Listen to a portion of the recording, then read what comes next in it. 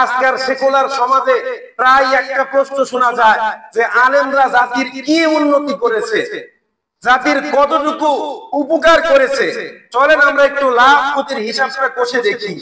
এর আগে আপনাদেরকে প্রশ্ন করতে চাই, 1971 সাল থেকে শুরু করে 2025 সাল পর্যন্ত স্বাধীনতার উত্তর এই 54 বছরে আপনারা কয়জন আলেমকে প্রধানমন্ত্রী বানিয়েছেন?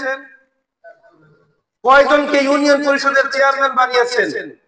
কয়জনকে সিটি কর্পোরেশনের মেয়র বানিয়েছেন? আচ্ছা, এটা তো বড় প্রশ্ন, বাদ দিলাম। এই যে বাংলাদেশে এতগুলো কওমি মাদ্রাসা, একজন আলেম তৈরি করতে সরকার প্রত্যেক বছর কয় টাকা ব্যয় করছে? তার কোনো হিসাব আছে?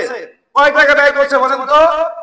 অথচ বুয়েট, কুয়েট, চুয়েট, রুয়েট, ঢাবি, রাবি, জাবি, মেডিকেল কলেজ সহ সব জায়গায় প্রত্যেক বছর সরকার কোটি কোটি টাকা বরাদ্দ দিচ্ছে। জোরে বলেন ঠিক কিনা? সম্ভবত প্রত্যেক বছর মূল বাজেটের 17 থেকে 18% শিক্ষা খাতে বরাদ্দ দেওয়া হয়। এখন প্রশ্ন থেকে যায়, সরকারি টাকায় পড়াশোনা করে এরা স্কলারশিপ নিয়ে বাইরে চলে যায় উচ্চতর শিক্ষার জন্য। এরপর সেখানে শিক্ষা শেষ করার পর সেখানে কোনো একটা চাকরিতে তারা থেকে যায়, যেটাকে বলা হয় ব্রেন ড্রেন, অর্থাৎ মেধা পাচার। সরকারি টাকায় পড়াশোনা করে তারা সার্ভিস দিচ্ছে ভিনদেশি কোনো রাষ্ট্রকে, ঠিক কিনা?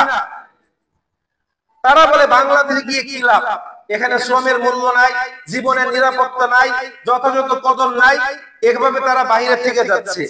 আবার যারা বাংলাদেশে থাকছে, কেউ ডাক্তার হচ্ছে, কেউ বিসিএস ক্যাডার হচ্ছে, কেউ ইঞ্জিনিয়ার হচ্ছে, এরা আবার জনগণের টাকা তসরুপ করে বাইরে পাচার করে কানাডার বেগমপাড়ায় বাড়ি নির্মাণ করছে। জোরে বলেন ঠিক কিনা?